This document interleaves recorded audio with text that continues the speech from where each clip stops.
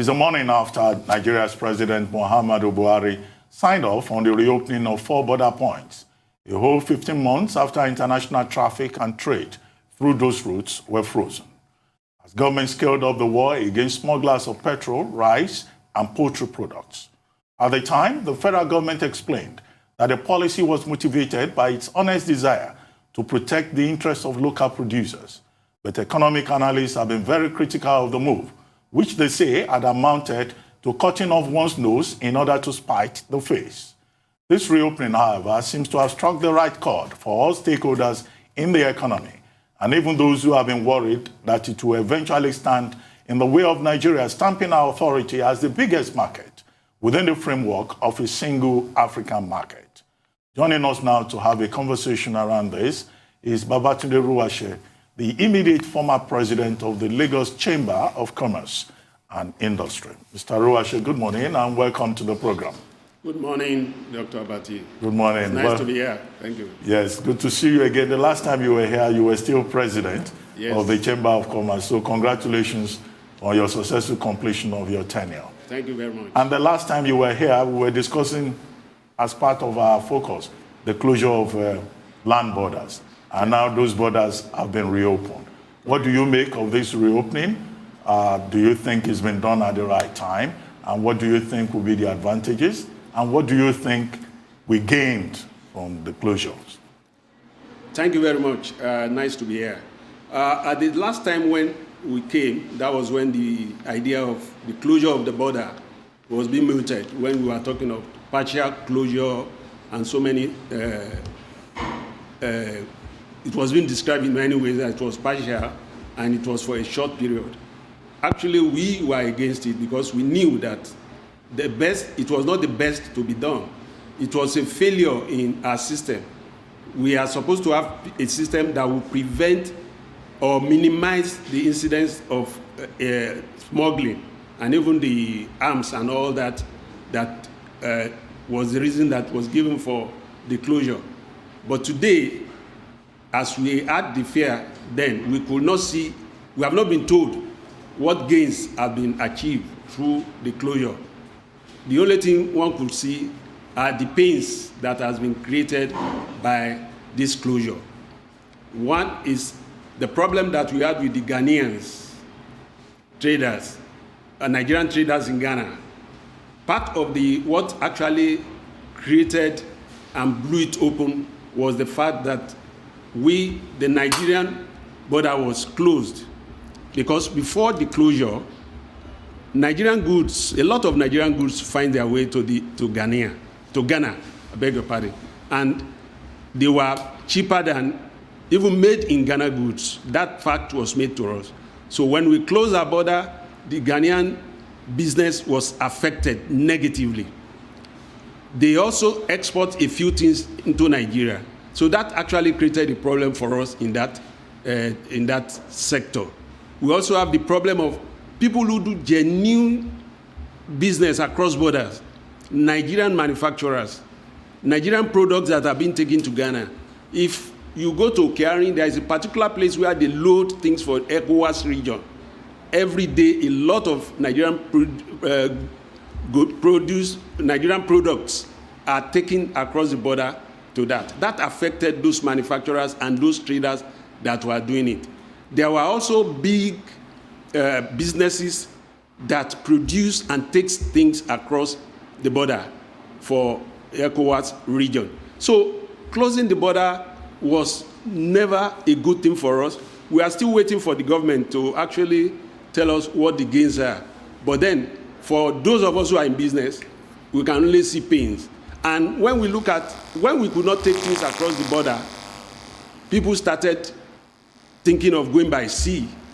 And then, of course, the problem we had in Apapa was escalated and made more difficult by attempts to take things that ordinarily would have gone across the border. Because actually driving a truck across the border is a cheaper way of getting products across the border, because when you load at your factory, it's the same truck that will take it across the border.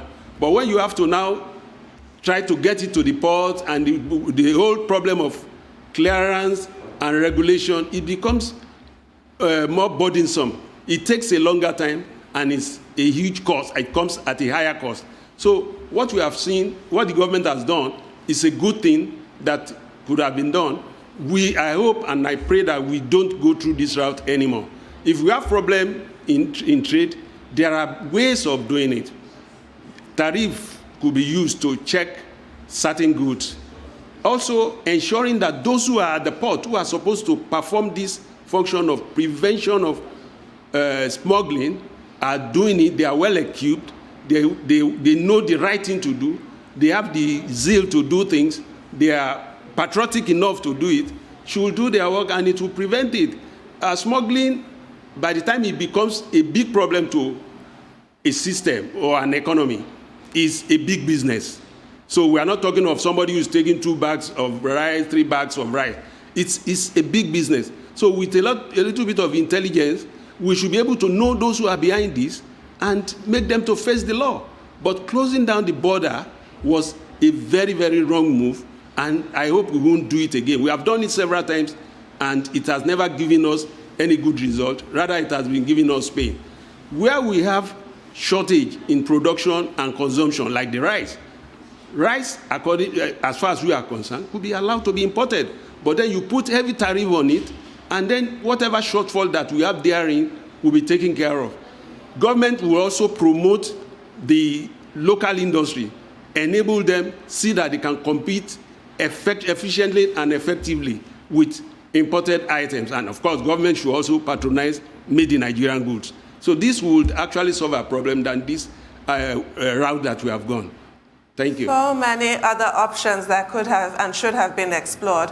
Now, I know there are numerous factors, but to what extent is that border closure to blame for the second recession we find ourselves in the space of 5 years? Well, undoubtedly, those companies that were unable to export the goods that are in Nigeria, which will have affected their capacity. Some jobs will have been lost. They are not able to, so if doing this will actually allow us to get more traction on our production capacity, and the inflation that has been created by us not having imported items that has to do with the shortages in our capacity will also be addressed. So I think it will also help in tackling the problem that we have, because we are going to increase capacity, we are going to sell more, and we are going to earn more foreign exchange. Right. I want to get your take on the after effect of the closure. It's led to very crazy inflation numbers, the highest in like about 3 years. Food inflation, it's been palpable, over 18%. Core inflation has gone up. And you see all of these numbers, and you really want to ask, what effect, even on the lives of the local farmers? I know there used to be, we had videos on television about local farmers saying, the border closure has helped me so much, it should continue forever and ever. But what has been the effect on your members in the chamber, for instance? Have they been able to get anything, or we've just dug ourselves deep into another hole of inflation that we have to try to use another 3-4 quarters to be able to come out of and look at probably single-digit inflation numbers and the likes? What's your take on all of this? Well, I think the government should take the rice policy. There are certain things that we have done in the past that have not helped us, that we still are doing. There are certain government policies that are creating problem for the ordinary businessman. Take, for instance, the port. It is very, very difficult to bring in even raw materials, very, very expensive because of the problem we have at the port. And the only way that could be solved is to deal with the corruption that is deep-rooted in the processes at the port where we clear goods. Today, what you pay as cost of transportation from the port to the factory is almost double what you will pay in bringing in the item to the port. So government should create enabling environment. They talk about it, we talk about it, but when it comes to implementing it, we are not feeling it. So what government should do is to look at all these attempts that we have done in the past that has not delivered maximally, that has not taken us to where we are supposed to be. We should do something about it. Being overprotecting our economy cannot get us out. But we must try to be competitive. And wherever we have this shortage within production and consumption, we should be able to allow such things to come in and make the economy to move. We have the biggest economy in ECOWAS, and also in Africa, we are a force to be reckoned with. We should create this enabling environment that we are talking about. This idea of not being able to move goods in and out at a very reasonable cost is affecting production, is affecting businesses. And government should also, like I said, be at the vanguard of patronizing locally made goods, not only by order. We know there is an executive order on it, but government should patronize locally made goods, promote locally made goods. Government agencies should stop turning regulation to revenue generation. These are the things that are affecting our system. Those are things that are holding us down as a people. We must avoid all these pitfalls, and I'm sure we will get out of this problem that we are in. Well, Mr. Ruwase, you made the point that the policy to close the land borders was a wrong-headed policy, and you said it has brought us pain. But that's not what the Minister of Industry, Trade and Investment, Chief Adeni Adebayo, is saying. He says that the closure of the land borders has brought a number of advantages. Now the security agencies, he claims, have better understanding of the situation at the borders. 2, that smuggling has been reduced. 3, that the smuggling of petroleum products in particular has been reduced significantly. And 4, that even the smuggling of poultry and other products, and particularly rice, has also been checked. Well, those are his claims. I don't know what you think about that. And then do you think that in terms of institutional capacity, we have the capacity at the borders to ensure proper policing so that we don't return to face the same issues we say we have addressed through closure for a whole year, more or less? Well, I'm talking from the end, at this end as a business person. What we see is actually, we can't see the gains. We have not seen the gains. But we can see that we have gone through a route that we need not go through. Yes, we have to take care of security. It's not only land border that arms and ammunition come into the country. So closing the land border will not necessarily stop people bringing in arms and ammunition. It's not only the land border that smuggling could take place. Few days ago, I think last week, some catching of arms were apprehended. They were seen. It must have come through a particular border. It's not only the land border that all this. What we need to do is to build institutions, to automate our system, to make it possible for us to know what is going on in different areas. Like I said, smuggling that affects our economy badly is big business. It's not the man who used Okada to bring in a bag of rice. It must be somebody who is well in the business, and all it does is to do smuggling. We should be able to get at such persons and bring them to face the law. If it is true that the closure of border was a good omen to us, why did we allow 3 companies to start exporting preferential treatment?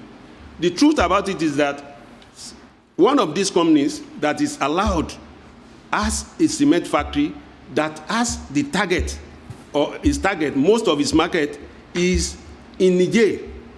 And closing the border would have actually reduced the capacity of that company. So what I'm saying, And what we are saying as business people is that what we can see from the closure of the border is pain. If we have shortage, like we know that the rice we produce in Nigeria at this time is not enough in volume to meet our consumption, we can allow rice to be imported legally and put tariff on it. So imported rice will be more expensive than the locally grown rice, while government will continue to promote and enable the locally producers of rice and also patronize. So I still maintaining that what we have had is pain, not gain. We have not seen it as business people. And if you haven't seen it, then perhaps it simply doesn't exist. But I want to digress from the issue of border closure. We're seeing lockdowns return all over the world to try and stem second and third waves of COVID-19. And it's been posited that that might happen here. What is your comment on that? Well, yes, we went through lockdown the other time. But then, in retrospect, if we have looked at it, we would have not gone the whole log, because the sort of economy we have here is you are your own and God for us all. We were not able to get palliatives. A lot of businesses suffered. A lot of people were left in a state of hopelessness because there was nothing to eat. There was no alert coming into their account. So I would say we should not go and lock down until when we think it's necessary. What we should do rather is to educate the people, to make people to keep by certain protocol, wearing your mask, washing your hand, ensuring that you don't have full capacity where you should have it, so as to avoid the spread. Because what we have suffered economically the last time we locked down is more than what we have actually suffered the other way if we have had the impact of the COVID. So because everybody is locking down, I wouldn't say we should lock down at this time. We should rather enforce the protocol and make sure that it doesn't spread. Because at the end of the day, we are not so affected, but what we suffered by way of the locking down people without any palliative, without anything to fall back on, there is no social safe net here. I don't think we should be looking at locking down, but let's enforce the protocol. Let's make sure that people maintain protocol. Let's continue to do our business as we are doing it for now. Recently, Nigeria ratified its stance on AfCFTA. What's your take as regards the readiness of your members for Africa trade now? In our chamber, we have always believed, in fact, we are the first to talk that we should go on with the AfCFTA because, one, we are a big economy in the region. We know we have problem with our manufacturing sector, which is because of the inadequacy, the problem, local infrastructural decay and all that. But then what we have to offer the world is not only manufacturing, finance. Our banks are ready to go in there. Our traders, Nigerians are the best traders in Africa. There is no doubt about that. The film makers, the cultural people, they are ready to go. So we believe that we can play there. We are big enough to play there. If the smaller countries are not afraid to go in there, Nigeria should not have any fear. And I'm sure Nigeria would make the most of that the opportunity created by the African free trade area. Well, Mr. Ruwase, a related issue. I have the story in front of me here, saying haulage cost increases by more than 15% in a week as Apapa gridlock bites harder. And you talked about the ports. You mentioned the ports in passing. What do you think really needs to be done about this gridlock that we have at the Apapa ports? The Apapa gridlock, every time I ask this question, I will say, it is business. So people are making money in Apapa. And they are making money and it's in their interest to continue to have that gridlock that we have there.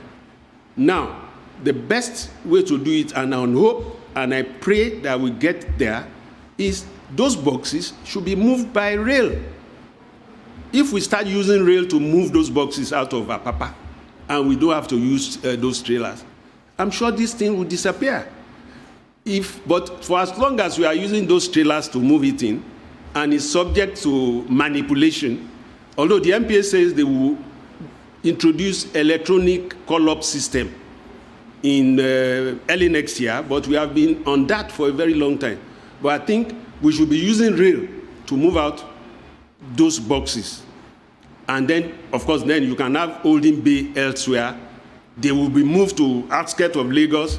People can go and pick up their containers there. People can clear there. And then we need to automate clearing processes.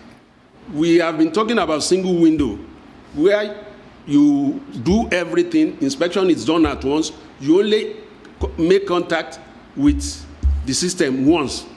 Let us reduce human contact at the port. If we do all this automation and actually using rail to move things, those containers out of the port, would actually help us a great deal. And we also have to use, for the wet cargo, we have to use the pipelines instead of having all these tankers. So we need to rejuvenate a network of pipelines that will take dry cargo out of Apapa area to various places. This idea of driving container from Sokoto to Lagos to come and lift PMS or AGO should be stopped. If we can get that done, it will disappear. But for as long as we are using all these these trailers and all that, some people are making money out of it, and they will continue to make sure that it does not work. We talk about the bad roads. We also don't have this strict control on way bridge. We don't control the weight of what we bring in there. So the roads will go bad. And when the road goes bad, you continue to have this idea of broken down trucks, which will also create and compound the problem of traffic. We need to get out of this system of using trailers to move those things out. As much as possible, we use rail, and then there will be sanity in Apapa. Not until when we do that, we'll just be dancing around this problem. I've seen it done. Several task forces, Navy, Air Force, everybody has done it. But until you can use rail to move those things out of the place, and we have holding bays along the rail line where people can go and pick their boxes and can drop their boxes, we will not get out of this problem.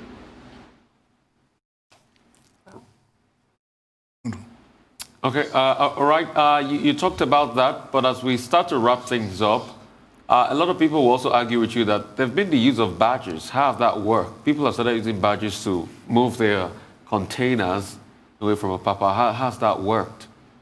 Yes, you use badges, but then it has its limitation. You use the badge. It has its limitation. At the time, they were even going to stop using it because it's not as seamless as it will be a rail system that will take it out quickly. You have to use a crane to put it on the badge. The badge also is not as fast as a train. It gets to the other side, you have to use a crane to drop it. You still have to take it from there to somewhere else. But the badge too, we could also use that as part of it. But then the most efficient and effective means will be using train, the rail, and the pipelines for wet cargoes. Well, thank you very much, Mr. Ruwase, for joining us on the morning show. Thanks, sir. Thank you very much. Thank you, Dr.